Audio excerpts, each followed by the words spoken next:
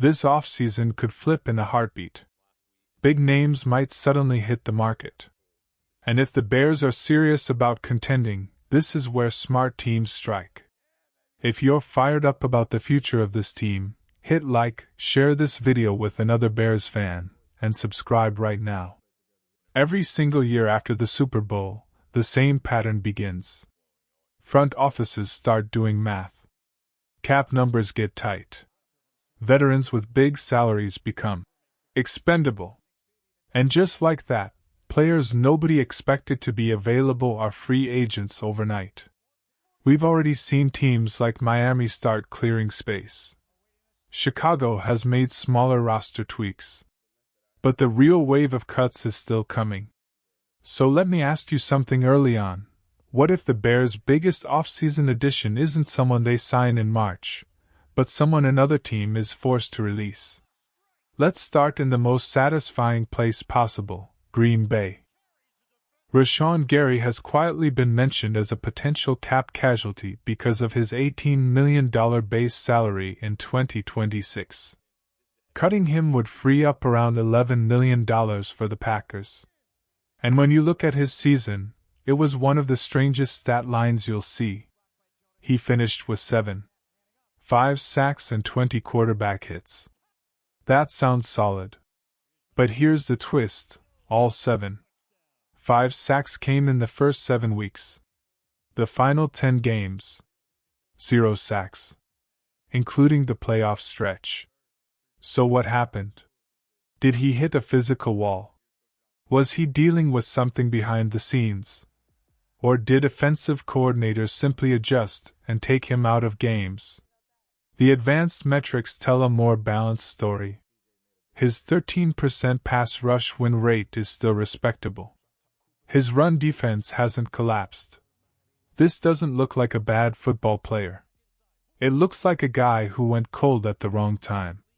Now imagine if Green Bay decides the cap savings are worth it. If Chicago could bring him in on a reasonable 2-year structure, something like $30 million total, would you consider that? He's not a Trey Hendrickson level priority. You still explore bigger swings like Max Crosby if those opportunities ever exist. But adding a proven edge rusher who knows this division inside and out. That's intriguing. And let's be honest, you don't think he'd be extra motivated lining up against the Packers twice a year. Now let's shift to the interior. B.J.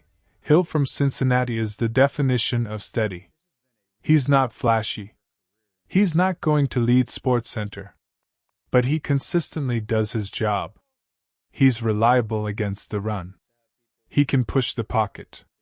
He understands leverage and positioning. Those guys matter more than fans realize. Look at the Bears' current defensive tackle situation. Javon Dexter is still developing.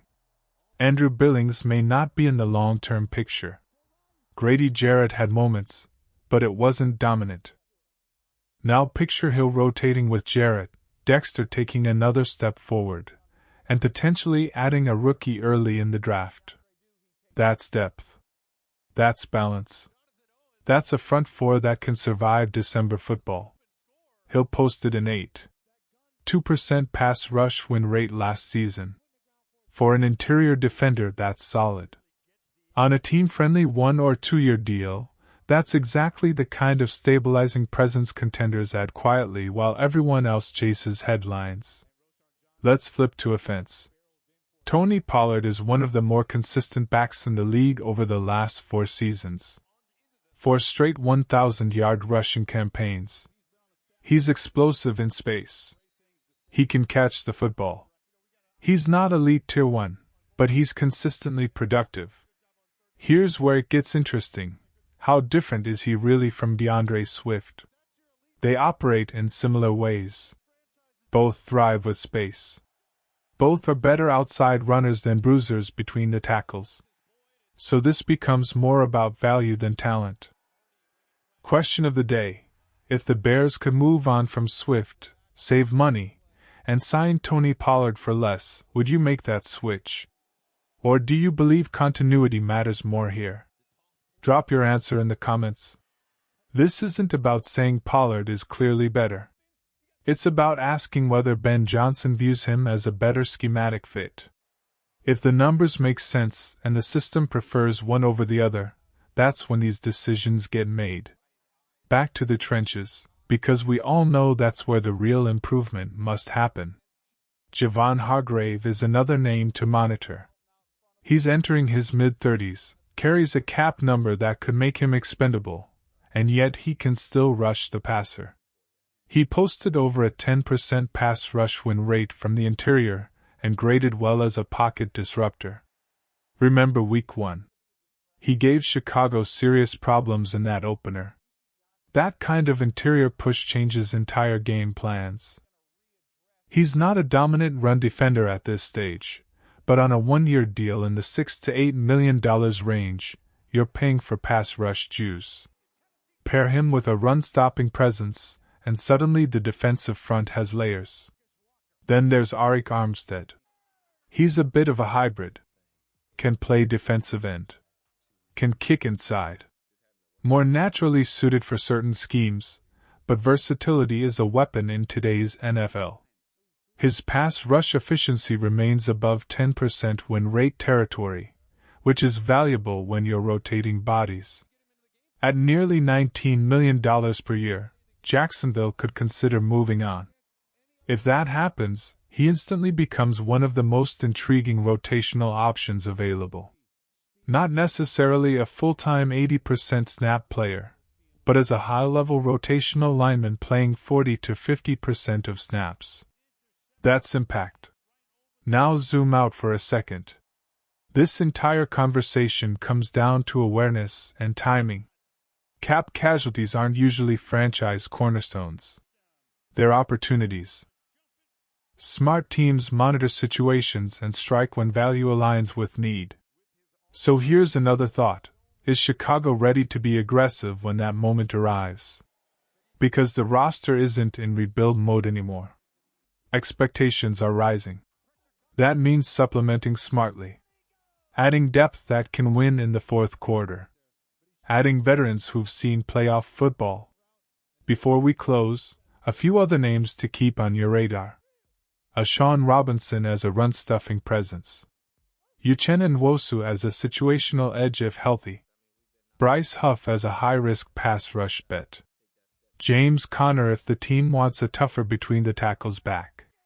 Even wild-card discussions like Tyreek Hill, though that feels far-fetched given circumstances. The point isn't that every name fits. The point is the Bears need to be watching. Because sometimes the move that changes your season isn't the blockbuster trade everyone predicts.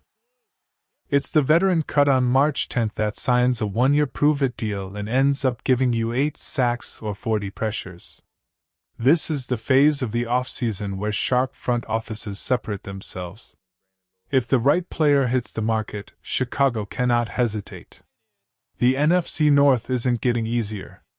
Detroit is loaded. Green Bay reloads quickly. Minnesota stays competitive. Standing still is not an option. So when the cap dominoes start falling across the league, remember this conversation. Remember these names.